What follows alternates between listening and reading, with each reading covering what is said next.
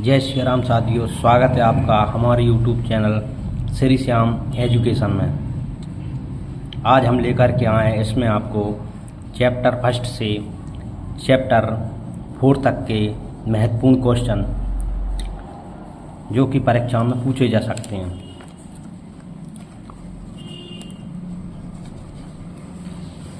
इन चैप्टरों की ओटी आपको पढ़ लेना है।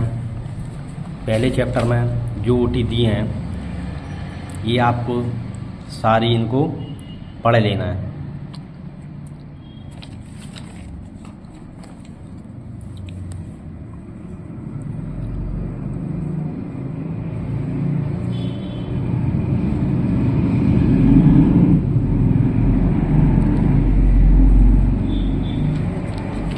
चलिए हम देखते हैं इसके कुछ महत्वपूर्ण प्रश्न जो कि परीक्षाओं में पूछे जा सकते हैं।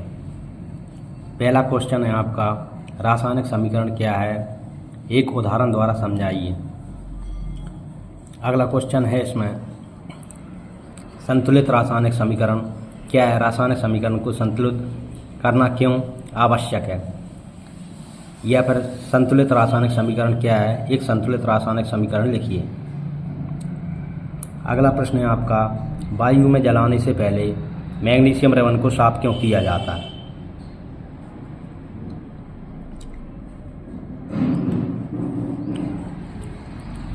संयोजन वियोजन अभिक्रिया ये भी आपको पढ़ लेना है। अगला प्रश्न दिया है आपका, ऊष्माक्षेपी एवं ऊष्माशोषी अभिक्रिया का क्या अर्थ है, उदाहरण से समझाइए। ये भी आपको पढ़ लेना है। नेक्स्ट क्वेश्चन है इसमें, श्वसन को ऊष्माक्षेपी अभिक्रिया क्यों कहते हैं। चलिए अगला क्वेश्चन देखते हैं।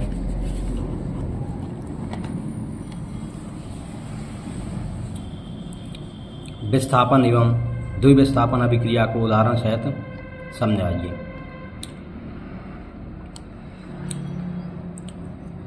अगला प्रश्न है आपका, अपक्षेपण अभिक्रिया किसे कहते हैं, उदाहरण देकर समझाइए। इसमें ये अंतर भी आपको पढ़ लेना है।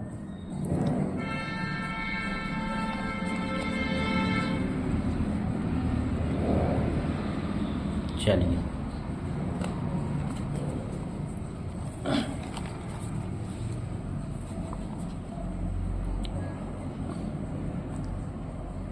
अगला प्रश्न दिया है आपको, जब लोहे की कील को कॉपर सल्फेट के विलयन में डुबोया जाता है तो विलयन का रंग क्यों बदल जाता है। ये भी आपको पढ़ लेना है।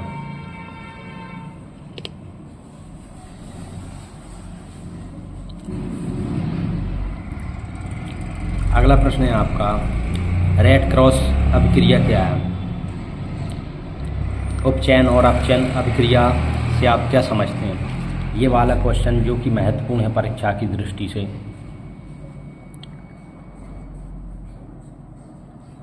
अगला प्रश्न दिया है आपको, विकृत गंधता किसे कहते हैं, खाद्य पदार्थों को इससे बचाने हेतु कौन सी प्रक्रिया अपनाई जाती है। इसी में एक और क्वेश्चन दिया है आपको, संचारण किसे कहते हैं, उदाहरण सहित लिखिए। ये आपको पढ़ लेना है।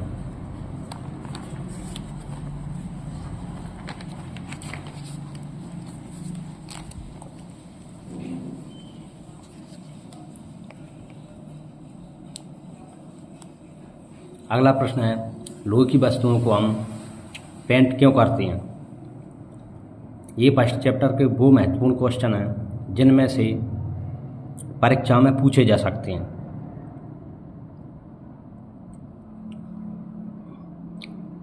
चलिए अगला क्वेश्चन है, आलू के चिप्स की थैली को नाइट्रोजन गैस से क्यों भरते हैं, समझाइए। अब देखते हैं सेकंड चैप्टर के कुछ क्वेश्चन। इनमें से फॉर्मूला ही पूछा जा सकता है फर्स्ट चैप्टर का, ये भी आपको पढ़ लेना।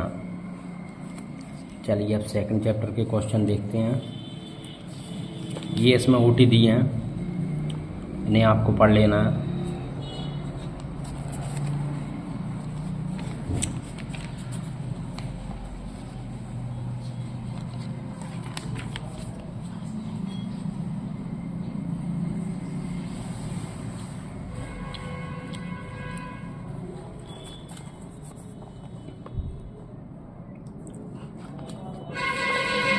इसमें आपको पढ़ना है अम्ल किसे कहते हैं, अम्ल की कोई 4 विशेषताएं लिखिए। ये क्वेश्चन आपको पढ़ लेना है दोनों।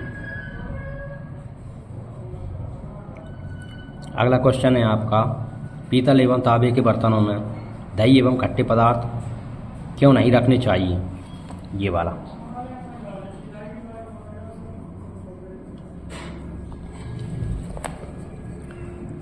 चलिए देखते हैं। ये ओटी में पूछ सकता है आपसे, नींबू में कौन सा अम्ल पाया जाता है, तो इसमें साइट्रिक अम्ल पाया जाता है। और चींटी के डंक में कौन सा अम्ल पाया जाता है, इसमें फॉर्मिक अम्ल पाया जाता है। ये भी आपको पढ़ लेना है। अगला क्वेश्चन है आपका, अम्लीय वर्षा कब होती है, कारण एवं प्रभाव लिखिए। तो ये इसका आंसर दिए गए हैं। इसमें आपको इन क्वेश्चनों का अच्छे से अध्ययन कर लेना है, जो कि परीक्षा की दृष्टि से बहुत ही महत्वपूर्ण प्रश्न है।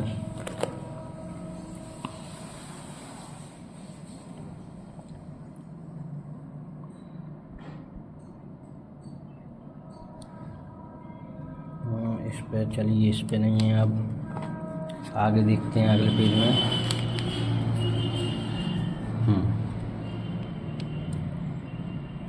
इसमें देखना है आपको पीएच मान से क्या से पीएच मान के दैनिक जीवन में 2 महत्व या उपयोगिता लिखिए। ये आपको याद कर लेना है। और अगला प्रश्न है, दंत 6 में पीएच के महत्व का वर्णन कीजिए। ये भी आपको कर लेना है।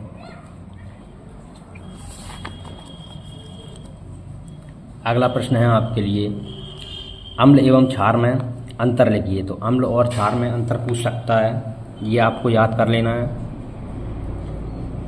उदासीनीकरण अभिक्रिया क्या है, 2 उदाहरण दीजिए। ये भी आपको पढ़ लेना है। छोटे छोटे क्वेश्चन हैं जो कि आपसे 2 नंबर में पूछ सकते हैं। अगला प्रश्न है आपका, सोडियम हाइड्रोक्साइड बनाने की क्लोर एल्कली विधि का वर्णन कीजिए। इसे क्लोर एल्कली विधि या अभिक्रिया क्यों कहते हैं, ये भी आपको पढ़ लेना है। ये पूछ सकता है। चलिए अगला प्रश्न देखते हैं।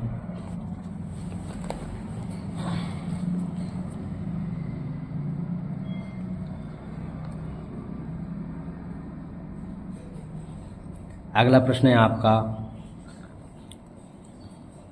धोने का सोडा एवं बेकिंग सोडा का सूत्र एवं इसकी परिभाषाएं आपको याद कर लेना है। ये भी पूछ सकता है परीक्षा में।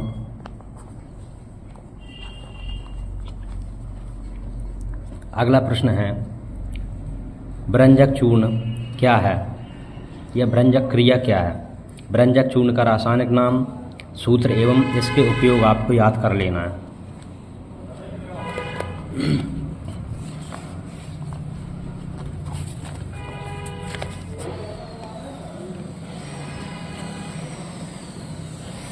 अगला प्रश्न दिया है आपको, प्लास्टर ऑफ पेरिस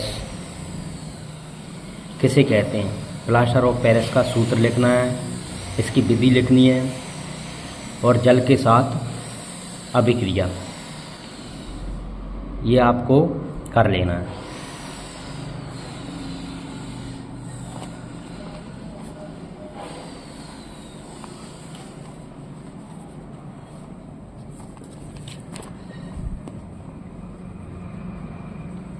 ये दोनों क्वेश्चन जो कि परीक्षा की दृष्टि से बहुत ही महत्वपूर्ण है। अगला चैप्टर दिया आपको धातु एवं अधातु। तो इसमें मेटल्स एंड नॉन मेटल्स, इनके विषय में आपको देखना है। इसमें इनकी ऊटी कर लेना है, ये चैप्टर।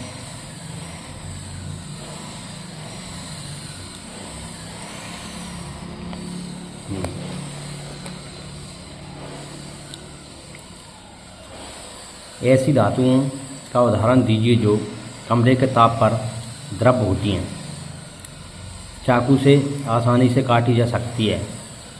तो जो कमरे के ताप पर द्रव होती है वह पारा है जिसको हम मरकरी बोलते हैं। और चाकू से आसानी से काटने वाली धातु सोडियम, लिथियम और पोटेशियम है, जिन्हें हम आसानी से काट सकते हैं। ऊष्मा की सबसे अच्छी चालक होती है कौन सी धातु? सिल्वर और कॉपर। ऊष्मा की कुचालक धातुएं हैं लेड और मरकरी। तो ये आपको पढ़ लेना है, छोटे छोटे क्वेश्चन हैं। अगला क्वेश्चन है आपका अगाधवर्धीय तथा तन्यता का अर्थ बताइए। ये दोनों क्वेश्चन बहुत ही महत्वपूर्ण हैं, इनकी परिभाषा पूछ सकता है। ये दो धातुओं के नाम बताइए जो प्रकृति में मुक्त अवस्था में पाई जाती हैं। तो सोना और चांदी ऐसी धातुएं हैं जो प्रकृति में मुक्त अवस्था में पाई जाती हैं। चलिए अगला क्वेश्चन देखते हैं।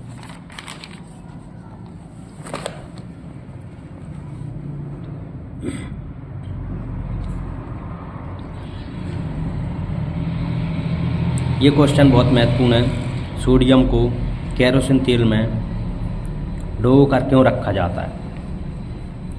इसको आपको पढ़ लेना है। अगला प्रश्न है आपका आने की यौगिकों के गलनांक एवं क्वथनांक उच्च क्यों होते हैं? ये भी पढ़ना है।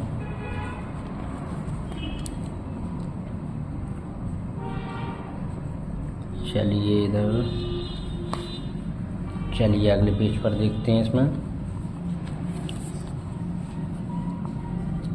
आपको धातुओं के गुणों का अध्ययन कर लेना है। भौतिक गुणधर्म के आधार पर धातु एवं अधातु में विभेद है, जिसको हम अंतर बोलते हैं। ये आपको पढ़ लेना है, ये पूछ सकता है। ये इसके आंसर दिए गए हैं, इन्हें आप पढ़ लेना।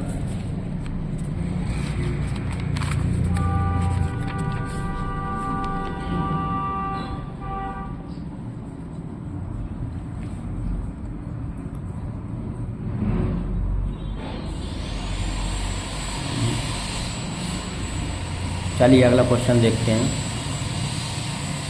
प्लेटिनम सोना एवं चांदी का उपयोग आभूषण बनाने के लिए क्यों किया जाता है?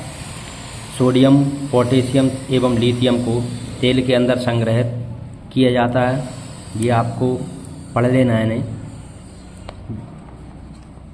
ये 4-5 ही पढ़ लेना है। इनमें से कम एक सवाल पूछ सकता है।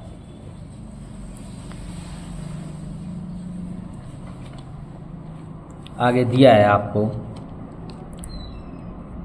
खनिज गैंग को परिभाषित कीजिए। खनिज और गैंग को परिभाषित करना है। और थर्मिक अभिक्रिया क्या है, इसका उपयोग लिखिए। ये आपको कर लेना है। इन क्वेश्चनों को याद करना है। चलिए आगे देखते हैं।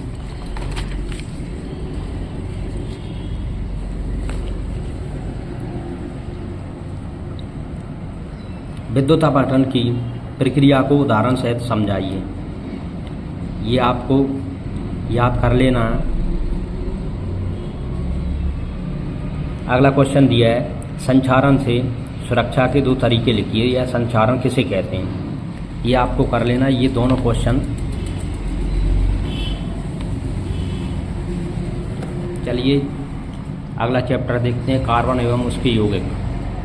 चैप्टर 4 जिसमें दिया गया है कार्बन और उसके यौगिक, इसको पढ़ना है आपको।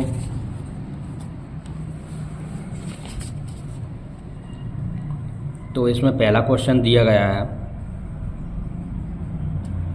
सहसंयोजी बंध को परिभाषित कीजिए और इसके गुण लिखिए। तो ये आपको पढ़ लेना है, परीक्षा की दृष्टि से बहुत ही महत्वपूर्ण क्वेश्चन है।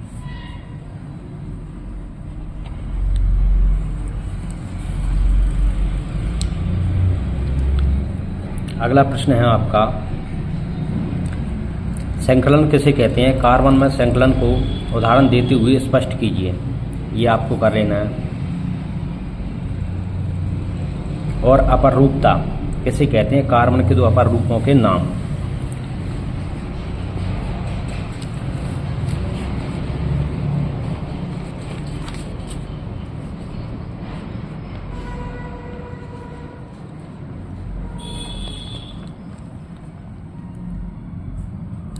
हीरा तथा ग्रेफाइट में अंतर।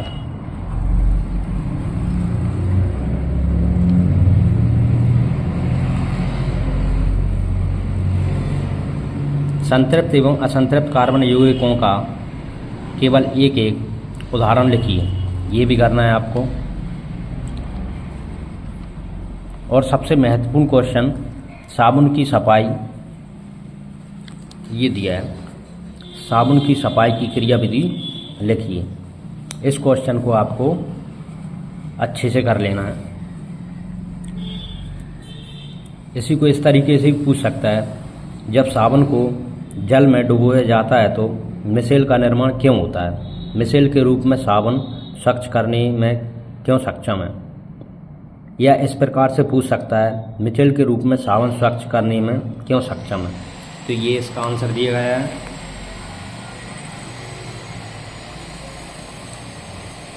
ये आपको कर लेना है।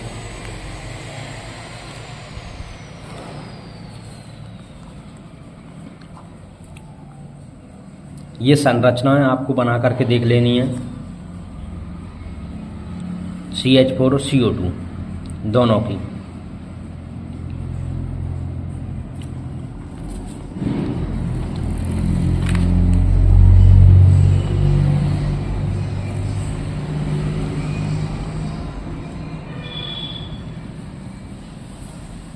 एथेनोइक अम्ल, इसकी संरचना को भी आपको देख लेना है। संरचना इसमें जितनी सारी हैं उन सभी को आप बना करके देख लेना है। नहीं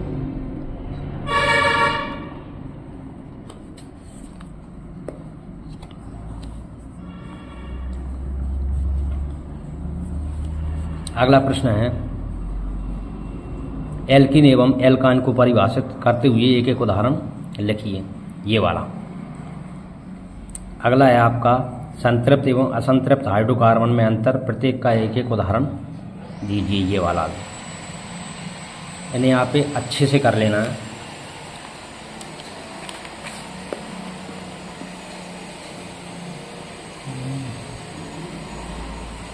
चलिए आगे चलते हैं।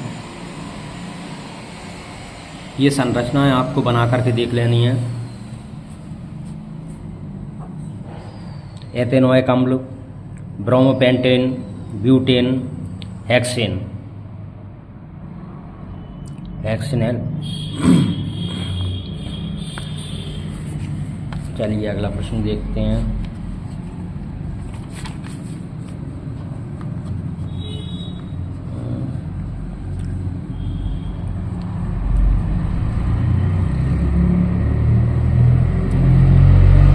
ये एथेनॉल एवं एथेनोइक अम्ल में अंतर भौतिक गुणों के आधार पर और रासायनिक गुण दोनों के आधार पर आपको इसको पढ़ लेना है।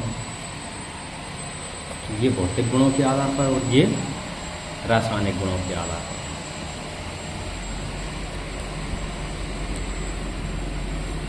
अगला प्रश्न है आपका, हाइड्रोजनीकरण को परिभाषित कीजिए तथा इसका औद्योगिक अनुप्रयोग लिखिए। ये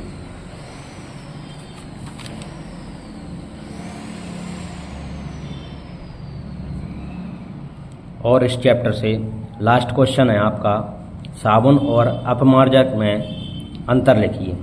ये वाले, ये वो महत्वपूर्ण क्वेश्चन हैं जिनमें से परीक्षा में पूछे जा सकते हैं।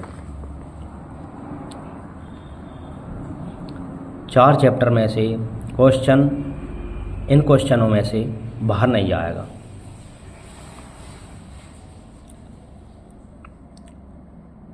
चलिए मिलते हैं अगली वीडियो में। धन्यवाद।